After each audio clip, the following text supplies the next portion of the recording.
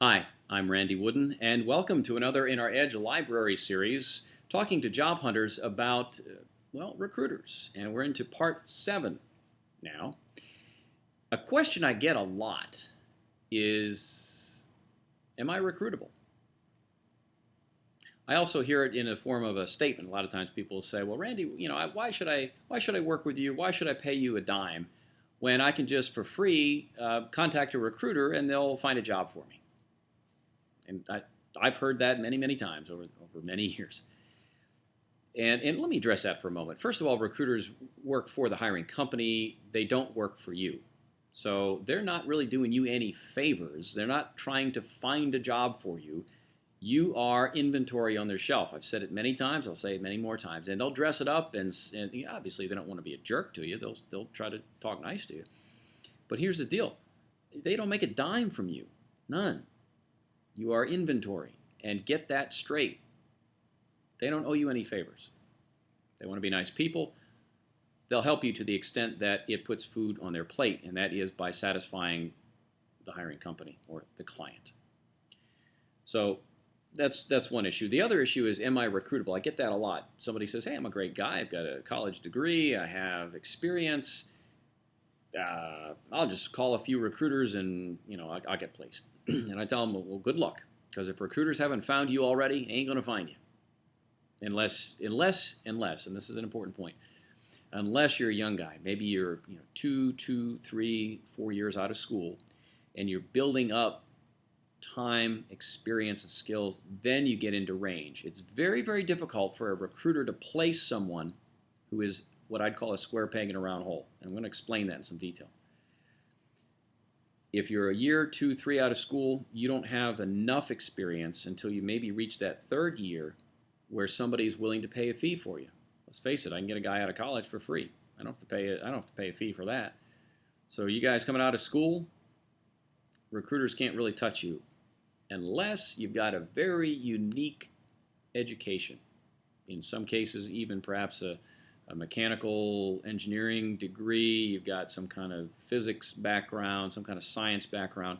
There are rare instances where that will actually be something that's recruitable, but not from the traditional sense of a full-time permanent placement. There may be a referral fee or something like that, a small amount of fee that recruiter makes, but not the typical 20 to 30% typically. There are exceptions, but typically. So understand, you've got to have 3, maybe 4 years experience to begin to get on the radar screen. But when people say, am I recruitable? Here are 4 or 5 things that can go into whether someone is actually recruitable. One is the industry needs to match. So if you're looking at maybe moving from one industry to another, you can do that, but if you have a fee associated with you through a recruiter, again, why would the hiring company hire someone from outside their industry? They could run an ad and get a bunch of people like that. So there's got to be a real compelling reason for the company to overlook a lack of industry experience. Another potential death blow for you is a lack of job experience, job title experience. In other words, I might want to be a manager, but no company is going to hire me to manage people if I haven't managed before. Think of the morale for the folks that are already with the company. There's why did we pay a fee to bring this guy in? He doesn't have any management experience, and he's going to manage us, and I've been here for 12 years. You can just imagine the challenges that manager is going to face. So if you've not held that title, barking up the wrong tree, recruiter can't help you. So that's the second one. So you've got industry, you've got title. You've also got to look at age. Let's face it, age and money many times go hand in hand. And while you may be sitting there as a baby boomer saying, you know what, I'll go to work for X, let's say $40,000, I'll take that job.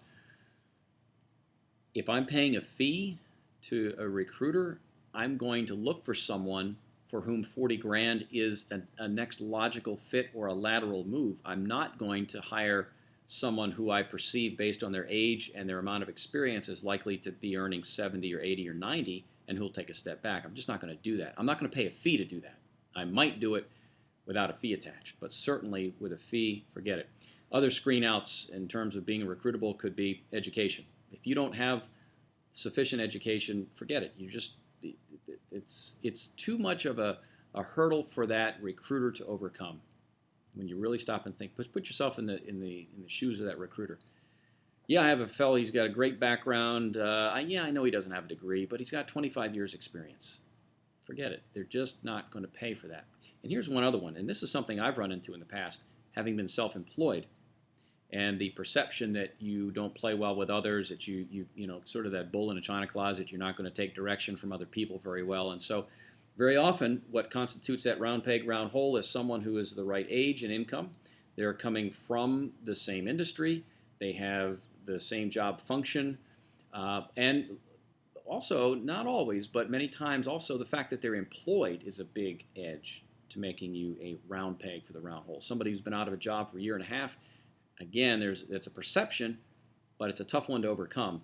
Yeah, we ought to hire him and pay a 20%, 30% fee when he's been out of a job a year and a half. If you've been out a few months, it's probably not a huge hurdle, but once you're out for a whole lot longer than that, it becomes tough for that recruiter to collect a fee for you. Believe me, it really does.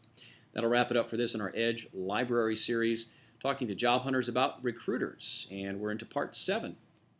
We've got more to come, and I do thank you for watching. I'm Randy Wooden. Thanks for watching.